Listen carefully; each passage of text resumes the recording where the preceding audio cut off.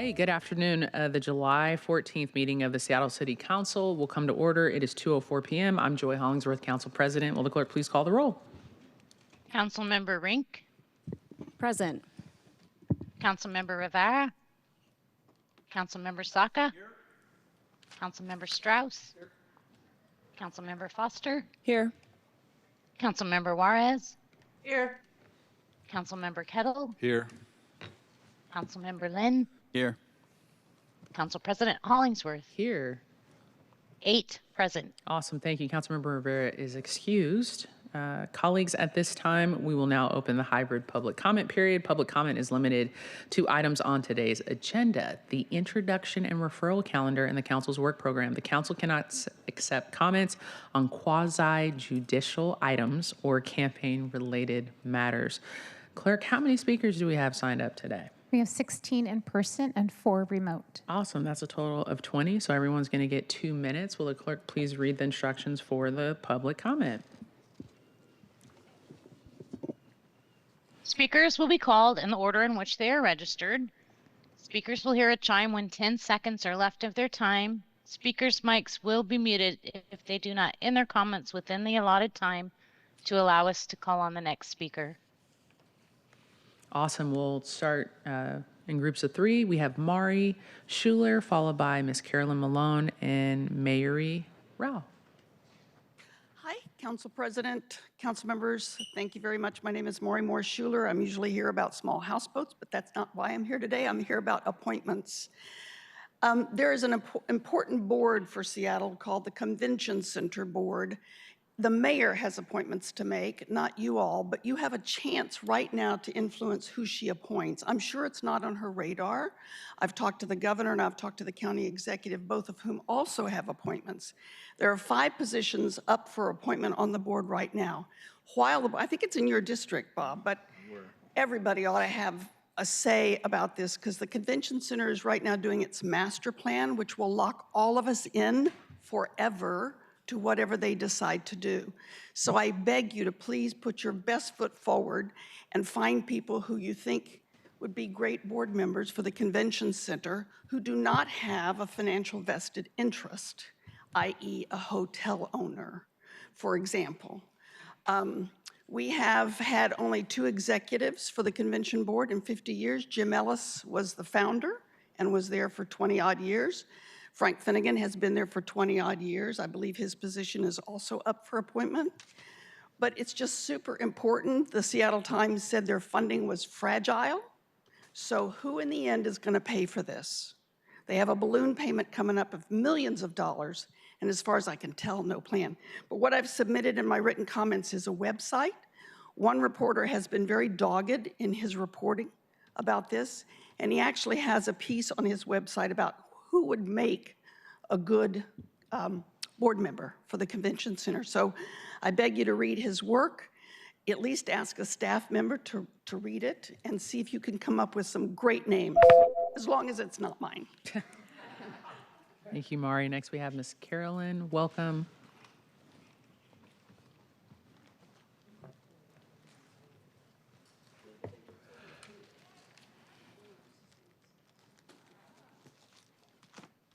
And for the record, Councilmember Rivera is with us in person, present.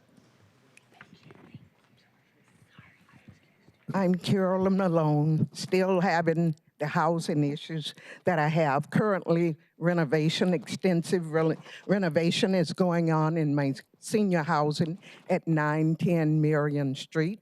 The Seattle Department of Construction and Inspection should be overseeing and make sure there's no structural damage, which I think there is, and there's absolutely no communication from the directors and the managers. Even when I ask, nothing written. All I hear are jackhammers, power drills, buzz saws, and hammers. And I have to leave each day. These are things going on outside, and I do believe there are laws against that. The vibration I'm concerned about in the building. It's 13 stories, 84 units, and it's just no communication to seniors about the status. It's nothing about the rent being increased. I've asked because usually when renovations occur, rent is increased. Are you going to sell the building? Are you going to transform it? Nothing like that. And the other issue I'm concerned about, where are the Seattle Office of Civil Rights members? The director's no longer there. My complaint is stagnant. I don't hear from anyone. So are they still in business or defunct now?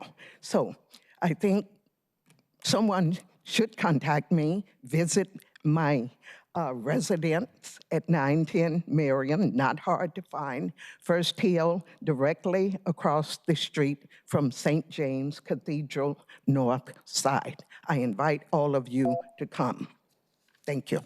Thank you, Ms. Malone. And we have next Mayor Dr. Rao from Mount Baker. Did I get that correct? Did I say your last name right? Awesome. Welcome, Doctor. Thank you, Chair Hollingsworth and council members. My name is Mayuri Rao, and I live in Mount Baker. I'm a member of For Seattle. I'm here to ask for your support for the Utilities Discount Program bill, and thank you to the Governance and Utilities Committee for moving it forward, and I want to share some comments again. I'm a primary care physician, and many of my patients are living on fixed incomes, and I see every day how rising utility costs affect their health.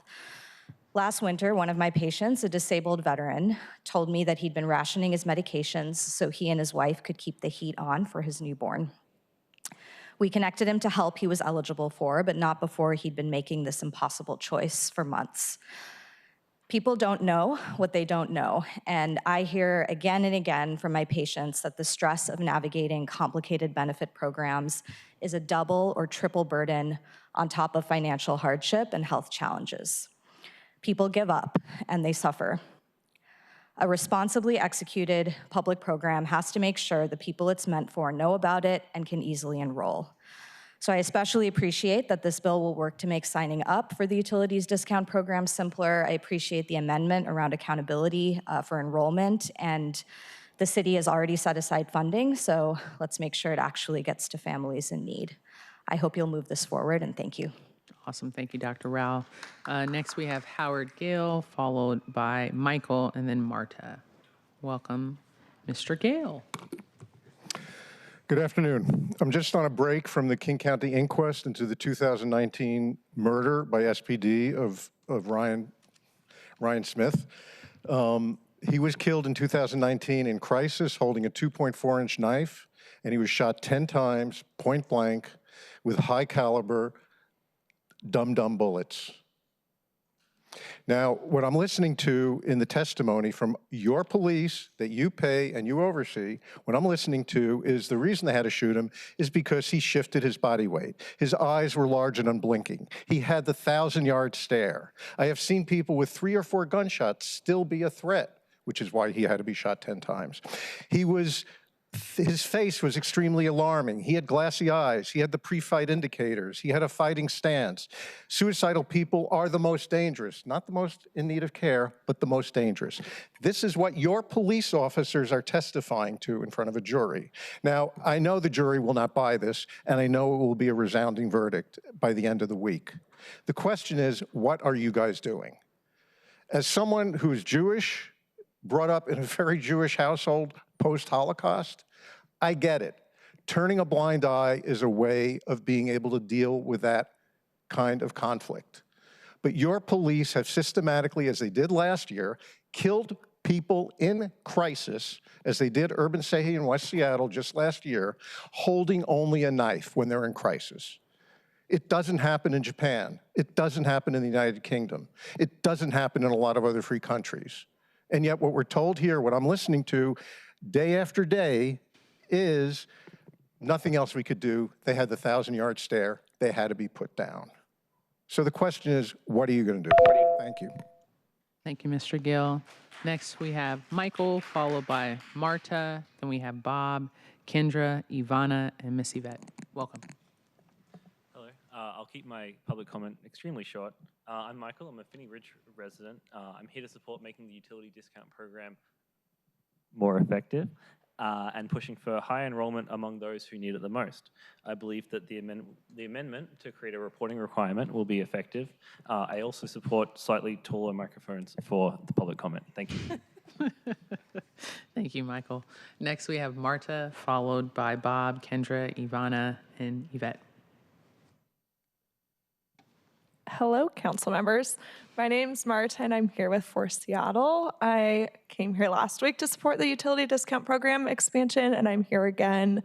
Want to give a quick thank you to Councilmember Strauss, Chair Hollingsworth, and the members of the Governance and Utilities Committee for passing this legislation out of committee last week. Additionally, thank you for including the amendment to create an annual enrollment report requirement. Next year, we are expecting large utility increases, and I think now is a great time to ensure that we are making decisions to, make sure this pre-existing program gets effectively delivered. Expanding who qualifies is a great chance to reach more individuals and actually deliver the dollars, but I also do believe it's just a start. I've spent many, many hours talking to families, workers, and seniors across the city, and I think one theme is very common, which is it's becoming increasingly difficult to live and age in this city. This program is a much needed step to bring relief to these individuals, and I'm excited to say that For Seattle really would love to be a part in making sure that this is a success. Thank you very much, and have a good day. Thank you, Marta. Next, we have Bob, followed by Kendra, Ivana, and Miss Yvette. Good afternoon. Thank you for giving me an opportunity to come and speak my piece regarding the UDP, which I hope that you guys will consider passing today. It is something that, it seems like all agree that this is a great program at a time that's more in need than ever. And now today we have an opportunity to fine tune it, to be able to have a chance to have good government show up. And I think we all would agree that we need to have more and more examples of good government to support other efforts that we have coming down the pike. So that is a secondary reason in addition to the primary reason of the good that this bill has already proposed to be done. And I urge you to pass it today. And thank you for your time, and also thank you for your service. Good day. Thank you, Bob. Next, we have Kendra, welcome, followed by Ivana and Yvette.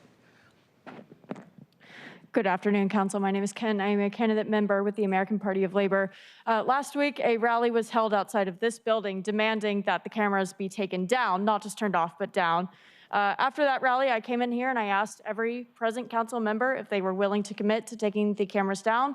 I didn't get a yes. I didn't even get a nod.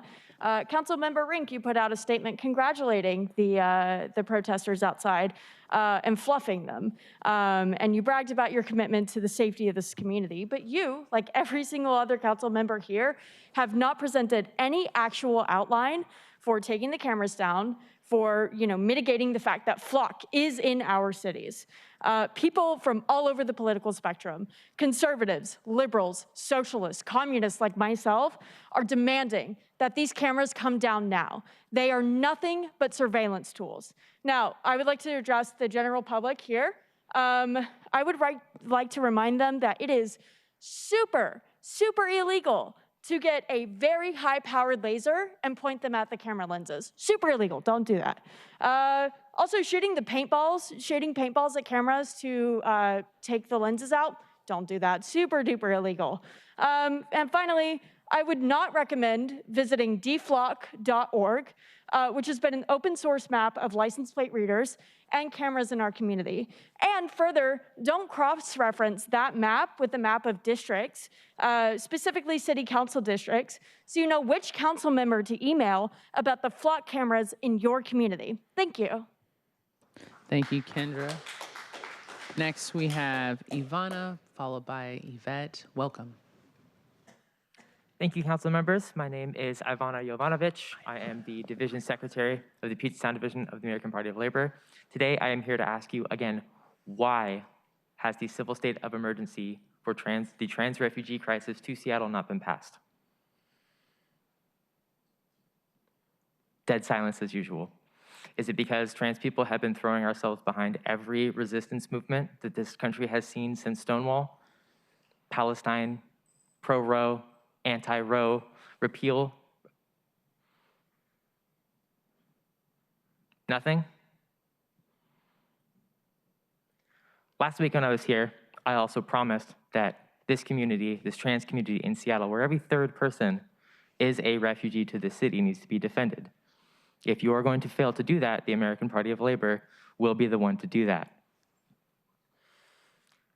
These are ATF Form 4473s of everybody who I have acquired a firearm for to defend this community in the past week. Thank you. Thank you, Ivana. Next, we have Miss Yvette. Welcome.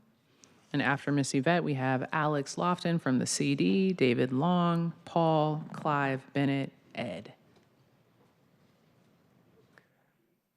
I pledge allegiance to the flag of the United States of America and to the republic for which it stands, one nation, under God, indivisible, with liberty and justice for all. And Councilmember Lynn, I want to apologize for not being able, being able to meeting last week. The link changed at the last minute and I wasn't able to attend. Plus, excuse my phone, stupid people, probably spam call. And I would have liked to have attended. However, I did a Can poll. we'll pause your time while your phone, we'll pause it. Okay, thank you. Okay. Okay. Awesome. And Miss Yvette, it's sometimes hard to understand you with your mask. Okay, if you felt open to taking it off. I didn't want to put you, if that's okay. Okay. All right. Also, I did an informal poll on Nextdoor and Facebook. And in 36 hours, regarding the Lake Washington Boulevard closure, in 36 hours, I got over 3,000 responses opposed to the weekend long closure. So I thought I'd let you know that. And also, I take the number 7 bus to get here. And at the 12th in Jackson is a hot mess, but it's been cleaned up. Thank you so much, whoever made that possible, and please keep it up. And I want to thank you all for the plethora of free summer events going on across the city. I attended a couple last week, and they're free. Sometimes they have food, and it's a lot of fun. I appreciate our tax dollars well spent. And then also, I also am in support of the utility discount program, and I'm also support, at least in my neighborhood, of keeping the surveillance cameras going. Thank you very much. Thank you, Miss Yvette. Next, we have Alex Lofton, followed by David Long, Paul, Clive, Bennett, Ed. And I know we have more people that signed up, and if you're online, we have about 7 more speakers.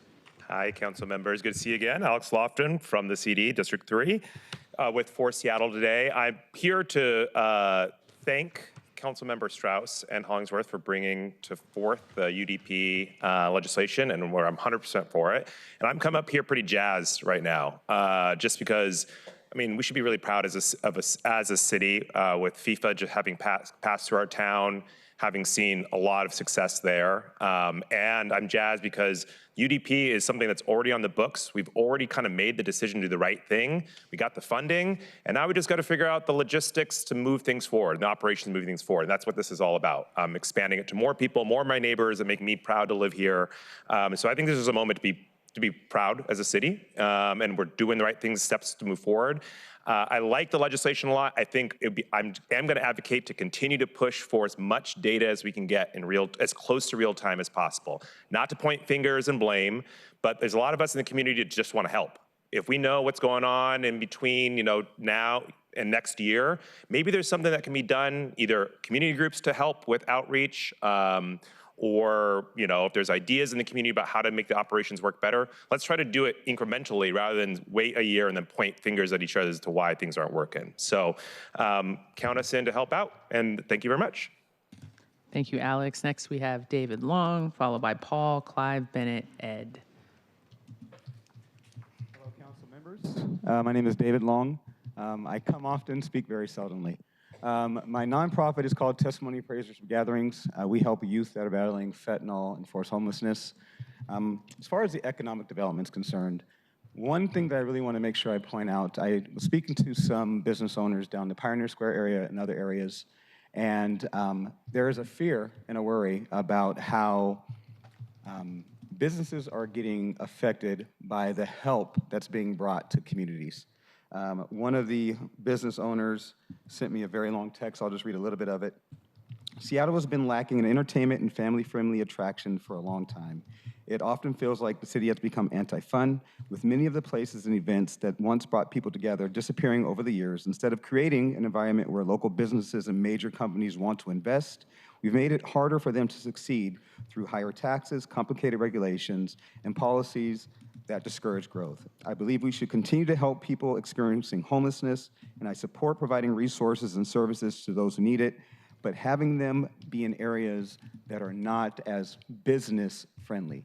Basically, we were discussing how there is a facility being brought next to his business in Pioneer Square that's going to be made to help those that are in need. However, the city paid close to $7 million for this building, and there's buildings very similar down in the Soto area that would be less expensive, a little bit away from the business areas, and still able to provide some of the similar resources. So my request is that as we continue to grow, as we continue to look for more ways to help those in need, that we look at areas maybe not so close to the businesses in downtown Seattle and other areas, not necessarily pushing people out, but giving us places that still allow businesses to grow and still help people. Thank you. Thank you, David. Next, we have Mr. Paul, who's everywhere around the city, Clive, Bennett, and Ed. What's going on, Mr. Paul? Thank you, Councilman, and pleasure to be here today. My name is Paul Tomlinson, and I want to send a little bit of encouragement to the council. Last week, I was with Councilman Lynn. We did a little cleanup on Capitol Hill. Today, we were down in the same area doing another program with We Are Seattle. And as we begin to bring some business people and churches together, we're beginning to see that you're really helping us with what we're doing and your approach to trying to get rid of this problem of having so many people that are homeless or addicted. And we're beginning to see a happening of people volunteering and listening to what the real causes are. And we really appreciate the fact that you are making a real effort. We understand that there's even some more work coming down the road, that you've asked to have more people put into treatment to see the people that are intense now, that is there something more we can do? And we really believe that you have been a force behind that, and we want to encourage that. We're beginning to educate business people and the churches in a little bit of what the problem is, because most people don't really understand what's happening. And we're hoping that as we work together, we can support you. And we really believe that you as a council in the next 2 years will be able to take credit for an awful lot of things that have been done in this city to correct, because we already see it starting to happen. So we want to thank you for that so much. Thank you, Mr. Paul. Next, we have Clive, followed by Bennett, Ed, and then Nathan Wall. Welcome. Clive.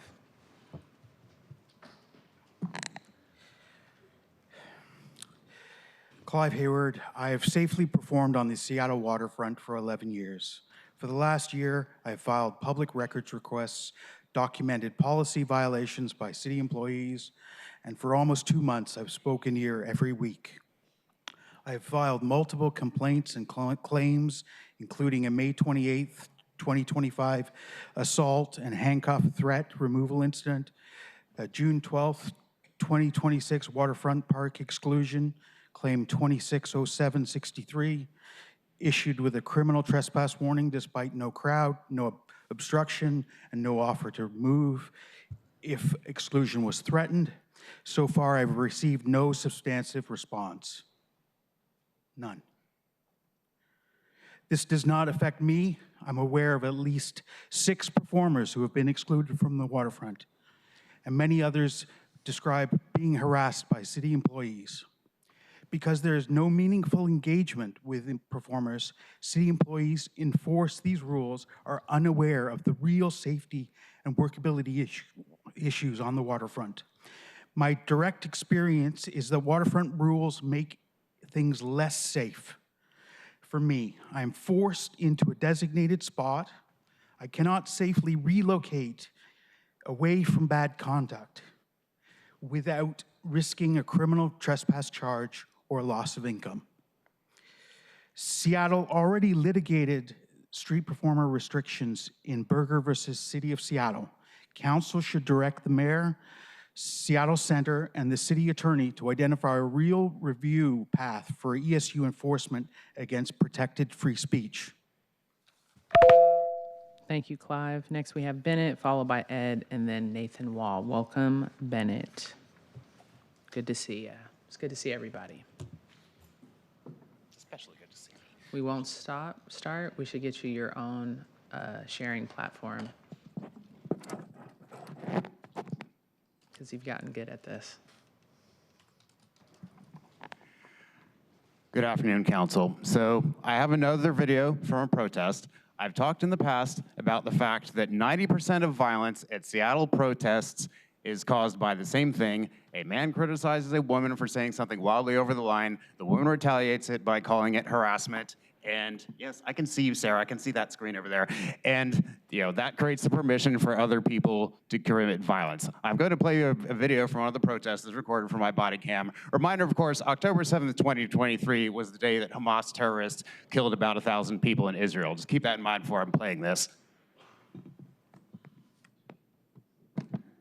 When I tell you that October 7th, the day of Al-Aqsa flood in 2023, was the best day of my life, I know! Jesus Christ, guys, really? And nobody's gonna say anything? Come on. How did you know that the only thing the Zionist entity is capable of doing?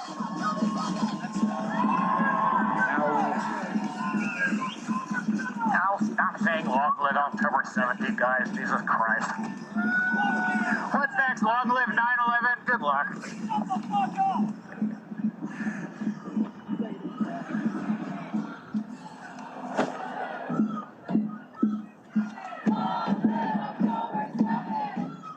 Nobody listens to me.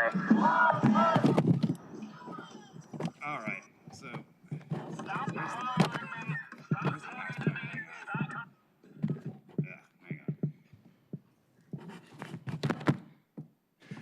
So that is what I'm talking about. And, I don't think that the average person has any idea how deranged some of the people leading some of these crowds are, saying things like, long live October 7th, and if the man criticizes for them, they retaliate by calling it harassment. A man criticizing a woman is not harassment.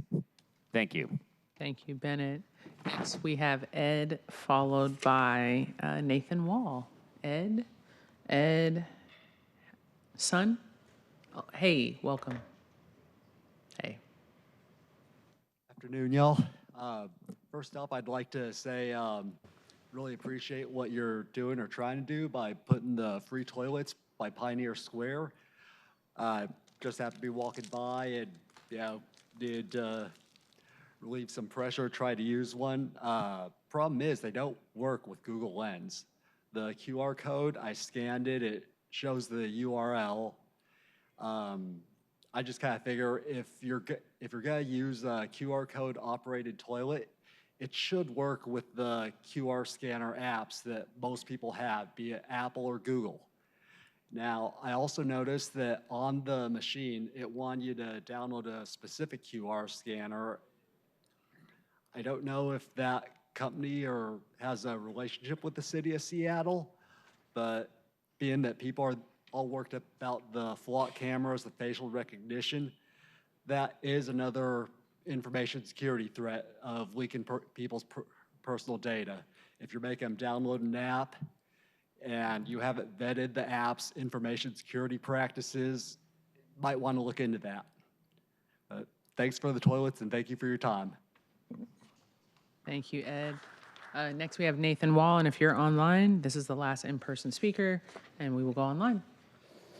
All right, so I was going to come here today to update you on the 2 ICE killings that have taken place in the month of July. Unfortunately, that information is no longer accurate because in the time that I came here, another person was killed by ICE in Florida. We don't know the name of the person who was killed. We don't know the name of the person who killed Lorenzo Araujo. We don't know the name of the person who killed John Sebastian Guerrero.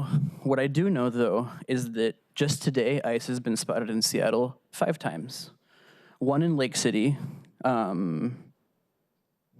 once in near Haller Lake, twice in West Seattle, one in Delridge, one on Alki, and then they were also spotted on Highway 99 near the West Seattle Bridge in Soto. I just wonder, at what point are we going to be able to defend ourselves against this? At what point are they, or are we just going to be a dictatorship and that's it? We have a choice that we have to make. They're calling people terrorists for saying 8647, a reasonable, non-threatening, and perfectly legal thing to say.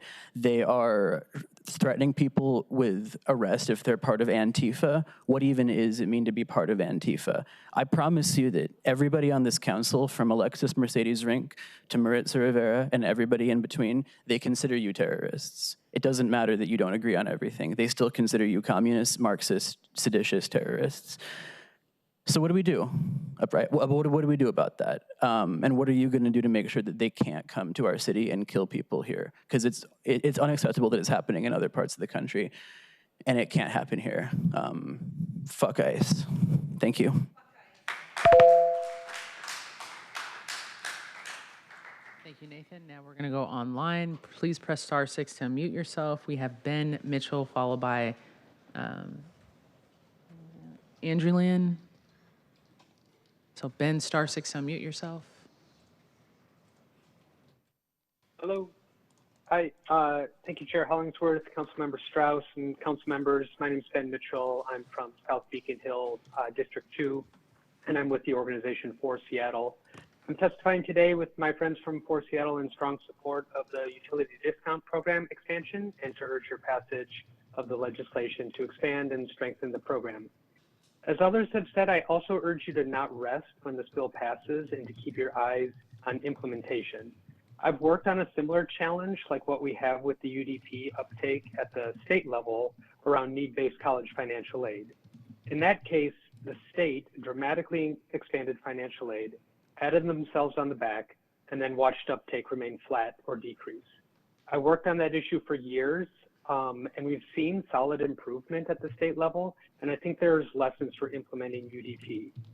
Set a goal for enrollment in UDP, find funding in the next city budget for benefit navigators to help people sign up, and use your platforms as council members to promote the program and promote shared messaging.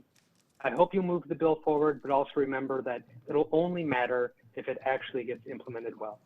Thank you for your work on behalf of all residents of Seattle. Thank you, Ben. Next, we have Angelin, followed by Rose.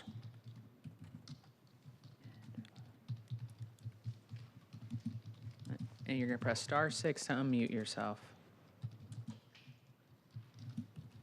All right, I think I got it now. We can hear you. Good afternoon, council members. Yay. Okay, my name is Angelina Izquierdo. So you did say it correctly, just FYI. Thank you for the effort. I'm from Pierce County District 2. I'm a human rights activist. And today my public comments is on ordinance CB 121207. It's about the forensic digital evidence classification. So during the time frame when this classification title came out of 2019 to 2024, I was seeking more ways to report sexual assault along with human trafficking while completing sexual assault examinations that have been sexually exploited throughout the dark web for years, revealing my naked body and how each nurse and doctor conducted the exams, if they did thoroughly, and also the boxed-up exams with my soiled clothing evidence stolen or the tracking numbers to them. While these unfortunate events can lead to cases being lost or staying incomplete, I was fortunate to have some finished once I found the right people instead of all leading to hopelessness. I am grateful for the listed classification title because it shows me that there will be more dedicated individuals able to assess forensic evidence instead of turning away victims due to short staffing, resorting to independent investigations, and more loop arounds with insufficient descriptions. I'm hoping that this gap gets filled and more improvements in this field of expertise get put into practice. I support the passing of Council Bill 121207 and catching up with wages in order to help close more cases with thorough forensic evidence, analysis, and timeliness to correctly identify all suspects of sex crimes and human trafficking. Thank you very much. Thank you so much. Next, we have Rose. And before, Rose, that you start, there are people that have signed up that are not present. We have Chris, we have David Haynes, we have Ariel Young, and Jaya Vasanth as well. Rose, *6. Hello, my name is Rose. Yes, I am here. On Sunday, myself and many other people, along with the members of the LGBTQ Commission and community organizers, got together to talk more about what an Office of Trans or LGBT Affairs would look like and what the needs were for the community. Many things were talked about, many things were discussed. One of the most common threads was that there is immense need right now, and there is not much that's being done about it. Our community is in disarray. We have individuals that are in desperate situations all across the board, and it's also leading to situations where individuals are now getting all sorts of bad behavior, to be honest. We have individuals that are being assaulted in Cal Anderson about every single day of the week now. We have individuals that, because the cops do not show up for queer people, we have groups of people that are going and throwing rocks and slurs and threatening to brandish and shoot people in Cal Anderson. And this is happening with regularity now. We need to have actual investment in the community and show that queer people are not just people that are going to be left off the map, because right now that is what people are saying. We have individuals that, if this is allowed to continue with the assaults that are happening, with the desperation that's happening, people are going to start getting killed. And this is just the reality. And every day that we wait, we are going to have individuals that are going to be killed. This is the reality of our community. We need the civil emergency. We need to start investing in our community. We need to start actually taking real looks about what it was like to make sure our community is safe, because it's not happening right now. And having gang members show up in mass, I don't want anybody getting hurt, but there are individuals that, whether they are trans or whether they are not, that are going to keep escalating things until things are resolved. We need you to do better, and we need this now. Thank you, Rose. Next, we have David Haynes, *6. Unmute yourself.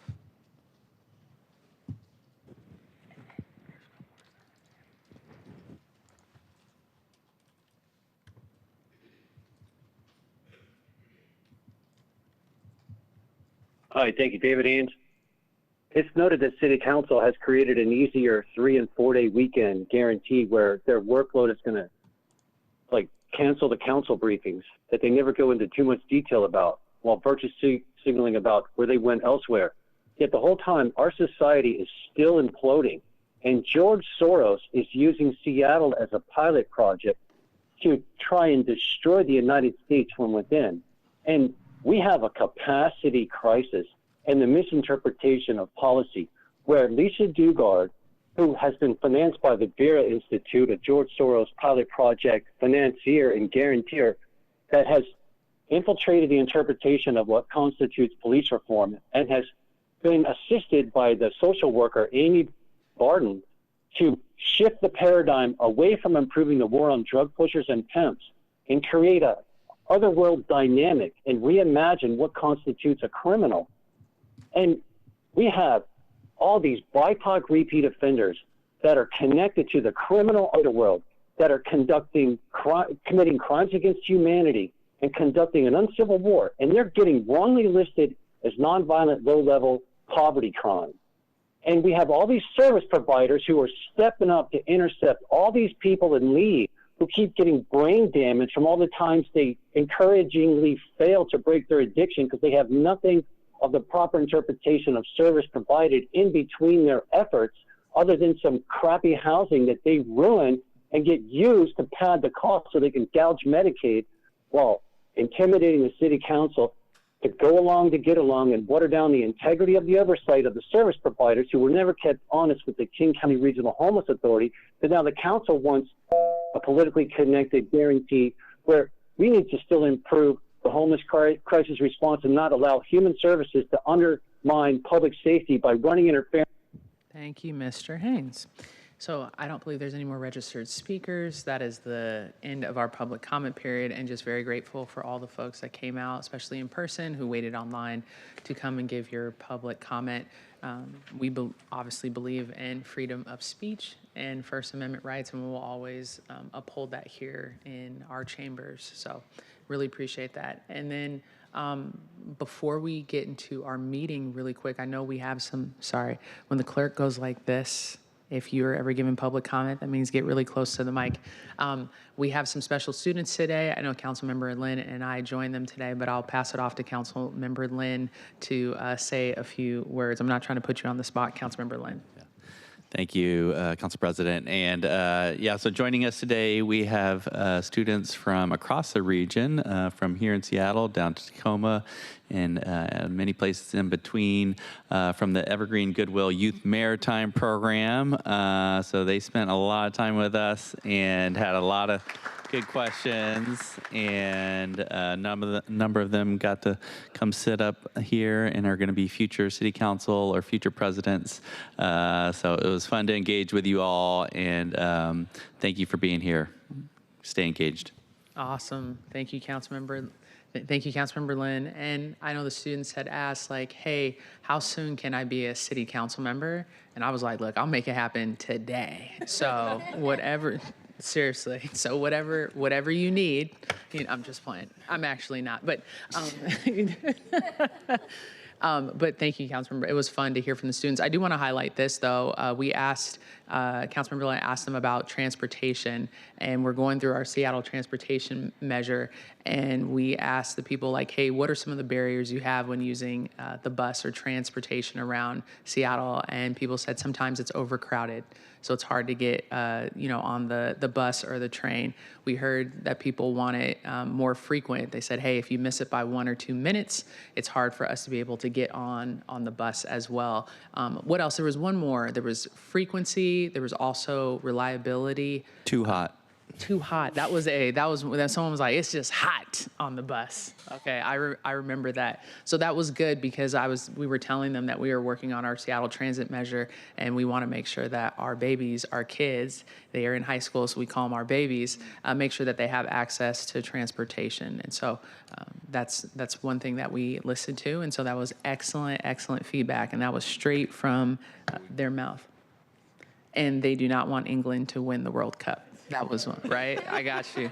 Hey. Okay, I'm sorry. They said, go Argentina. Sorry. Okay, open that. Okay, we'll jump into the agenda. They said anybody but England. Yeah, anyone but England. Just want to say he has an English flag up in his office. Okay, so if there's no objection, the introduction and referral calendar will be adopted.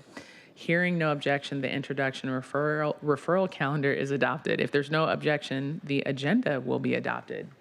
Hearing no objection, the agenda is adopted. We'll now consider the proposed consent calendar. Items on today's consent calendar are the minutes of July 7th, Council Bill 121251, payment of the bills, one appointment from the Governance and Utilities Committee, and we also have 4 appointments from the Human Services, Labor, and Economic Development Committee. Are there any items council members would like to remove from today's consent calendar?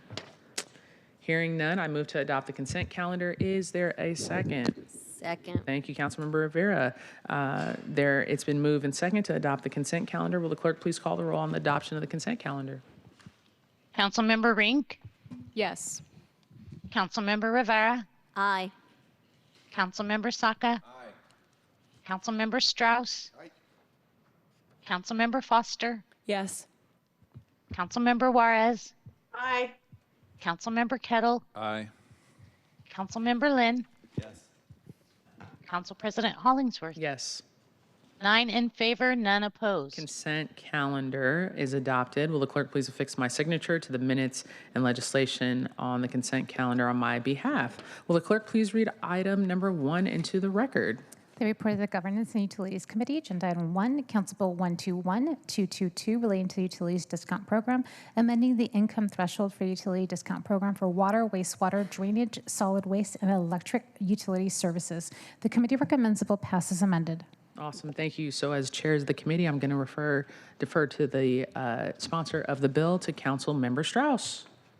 Thank you to the co-sponsor, Council President Hollingsworth, of this important bill. Utility costs are housing costs. Utility costs impact the affordability of living in our community. And today is the culmination of 9 years worth of work to make Seattle more affordable for everyday families. And so, colleagues, as we experienced public comment today, thank you to the folks that come out and testify on behalf of the utility discount program. You'll notice that we had a lot fewer participants speaking about this than some of the maybe higher profile issues that might have a more marginal impact on people. I'll kind of keep that at a high level just to say this is incredibly impactful work that is not attention grabbing and attention seeking. It's just the Seattle City Council doing important work to make Seattle more affordable for everyday families. In council briefing, I'll talk about, in council briefing, we had a really important presentation a few weeks ago showing the look at some of today's top stories. Oh, you're off mute. You're off mute, Councilmember Wars. Councilmember Wars. There you go. In council briefing, we had a really important presentation that showed the K-shaped income bands in Seattle and the history of it, where we went from a port city, the gateway to Alaska, into a tech hub leading the world in software and technological advancements. Affordability has changed here. And even the family that I grew up in would not be able to buy into the neighborhood that I grew up in today. So even though I know we got a lot of future council members out here in the crowd, the situation that I sit in is the neighborhood that I grew up in here in this city is out of reach for the family that I grew up in. And that's part of what this legislation takes head on. Because anyone in any of those income bands that we saw in the K-shaped economy can fall on hard times and need the assistance that we're providing through the utility discount program. By passing this legislation, we will be reducing the amount some families are paying for their household, for their housing by more than $1,000 per year, depending on their usage. This is about making life more affordable for working families fast, because these utility discount program changes take Seattle's affordability issues head on. Yes, there are many other tools that we need to implement. There are many other things that we need to look at. And this is one that is directly within our control and something that we are moving quickly. Right now, the people who make just above minimum wage are paying the same home utility rates as a multimillionaire hedge fund manager. We have to be able to provide relief, and that brings us to why are we here today. Since 1975, when the program was introduced, we have been using the state median income instead of the area median income. Not only does this limit eligibility because the housing costs in Pasco are different than the housing costs anywhere here in the city of Seattle, right? And so if we are using a state median income, we're not capturing all of the people correctly. There is a cliff of eligibility. So if you make $1 more than the eligibility, you can't benefit at all. This legislation sets out the schedule over the next year to understand how do we serve those people who are 70 and up to 80% of our area median income, not just 60%. How do we create that step down prorated discount so that you're not left out in the cold if you make $1 more than the eligibility allows?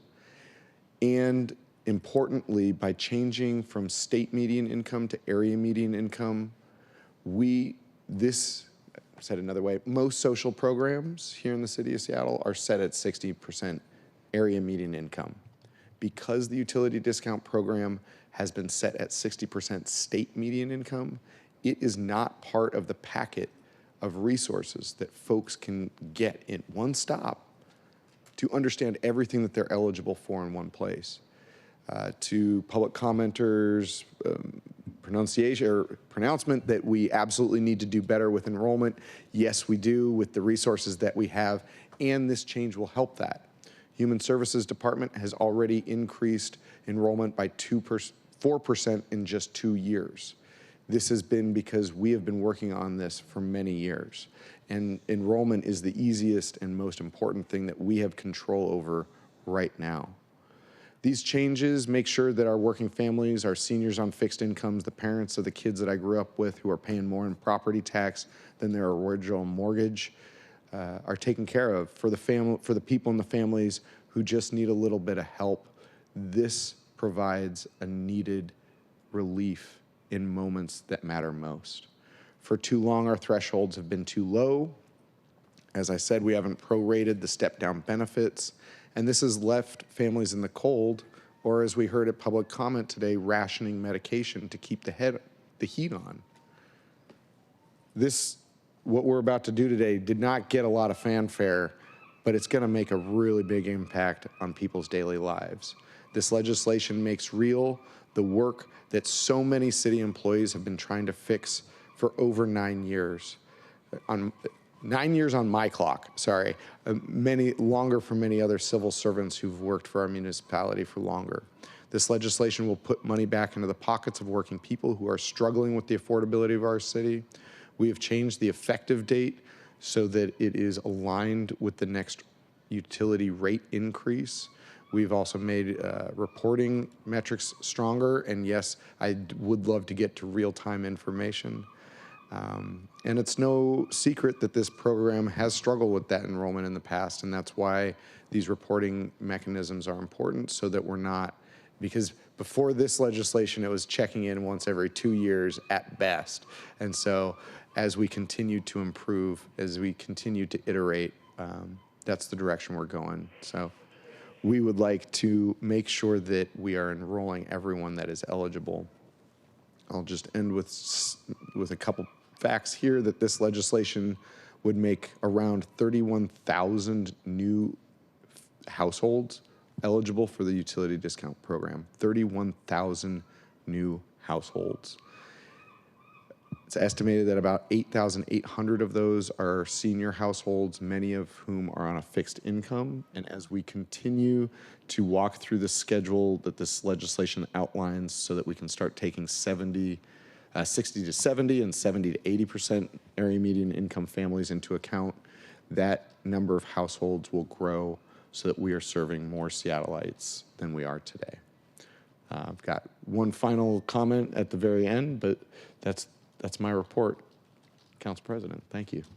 Thank you, Councilmember Strauss. I was listening to the Seagulls celebrate this moment with you. But the Times today said that because we're at Elliott Bay, they're bagels. The bagels. That was a good one. But really, I'm going to open it up to comments. That was a good dad joke. I'm going to open up to comments before I make my remarks to see if any council member wants to offer anything. Councilmember Kettle. Thank you, Council President. I just wanted to thank Councilmember Strauss, but also you as Chair of Governance for bringing this through. Very important. Seagull stopped. But also to highlight, thank you, Councilmember Strauss, for highlighting the points you made about the state and so forth.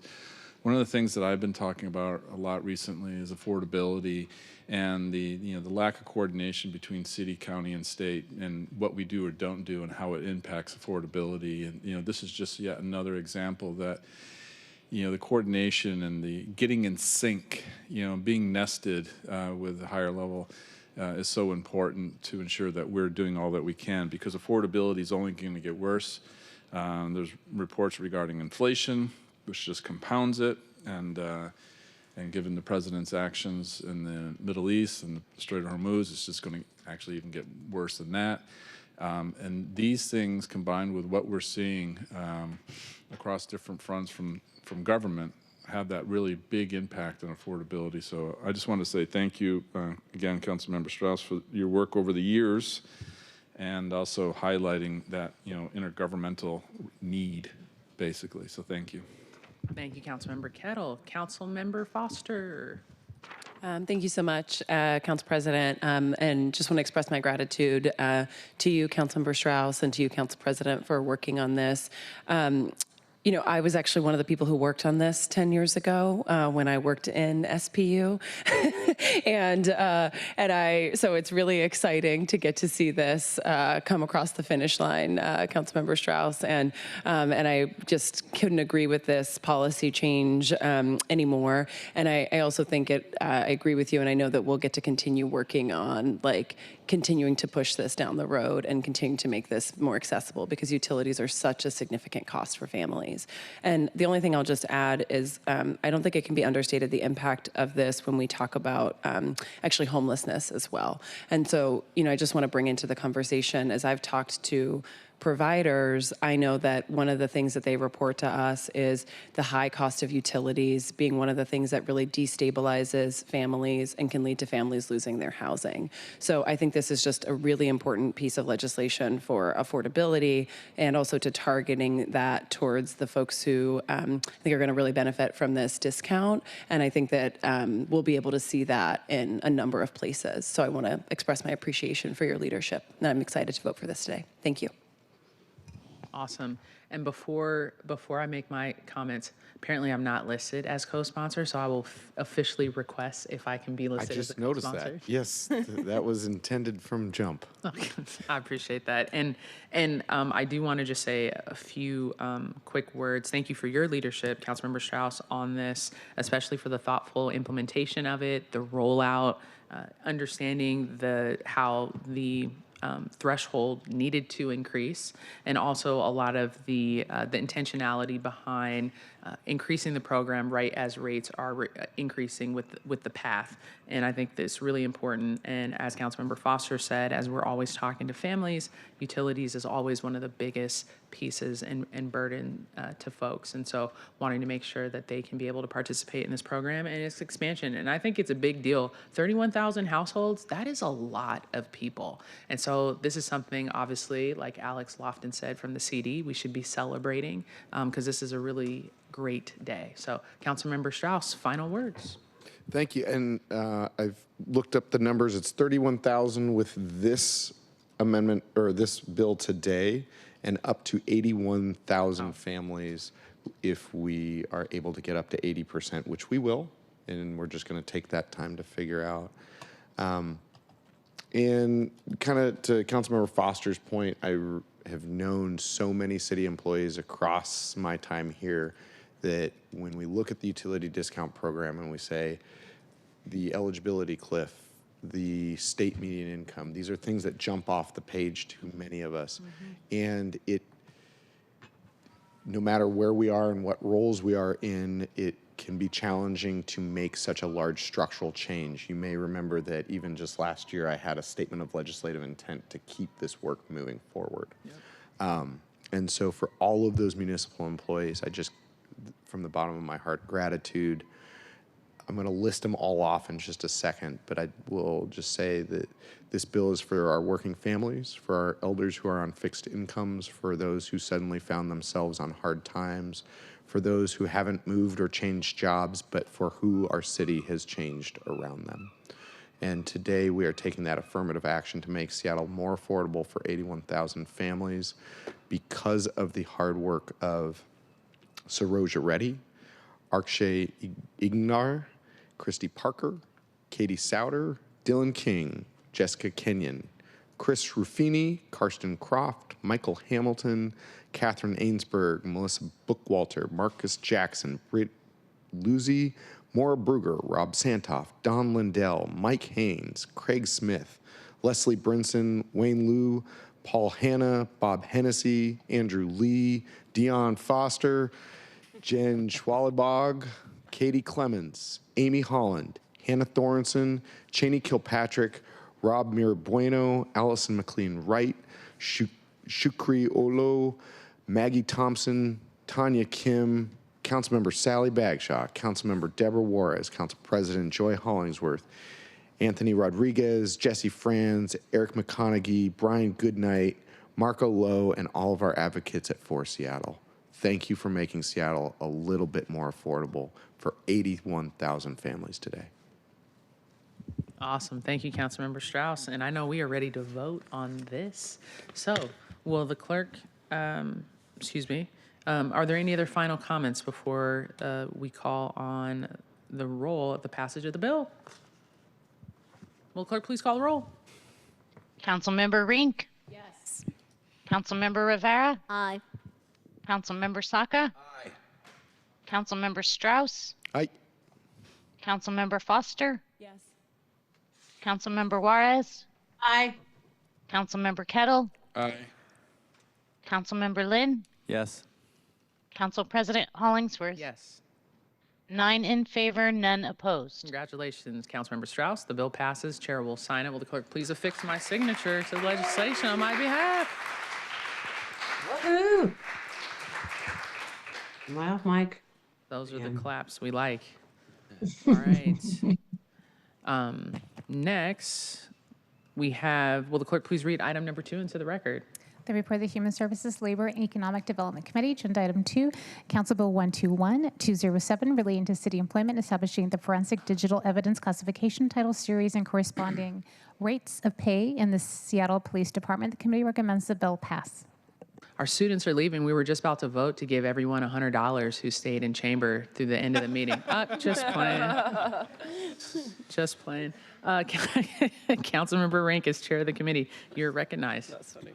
Thank you, Council President. Colleagues, under the City Charter, Article 17, Section 1, some SDHR classification and compensation recommendations, including those related to the creation of new classifications with corresponding rates of pay, require Council approval by ordinance. Council's approval of this legislation before us would authorize a forensic digital evidence classification series to support SPD investigations. The new classification series is intended to accurately reflect the body of work currently performed by video specialist and photographic services positions in the crime scene investigation unit. The committee voted unanimously to recommend passage of Council Bill 121207, and I strongly encourage a yes vote today. Thank you. Awesome. Thank you, Councilmember Rink. Colleagues, are there any comments regarding Council Bill 121207? Okay, awesome. Well, thank you, Councilmember Rink, for all your work on this and always making sure that people are compensated well for their work. So thank you. Okay, we'll jump right into will the clerk please call the roll on the passage of the bill? Councilmember Rink. Yes. Councilmember Rivera. Aye. Councilmember Saka. Aye. Councilmember Strauss. Councilmember Foster. Yes. Councilmember Juarez. Aye. Councilmember Kettle. Aye. Councilmember Lynn. Yes. Council President Hollingsworth. Yes. 9 in favor, none opposed. Awesome. Bill passes. The chair will sign it. Will the clerk please affix my signature to the legislation on my behalf? And I'll clap for you, Councilmember Rink, because everyone clapped. There you go. All right. There were no items removed from the consent calendar. There's not a resolution for introduction or adoption today. Are there any other items to come before the council? Seeing none and hearing none, we have reached the end of today's agenda. And the next city council meeting is going to be July 21st at 2 p.m. So July 21st at 2 p.m. And hearing no further business, and no, we're not going to vote on giving everyone $100, but appreciate y'all staying all the way to the end.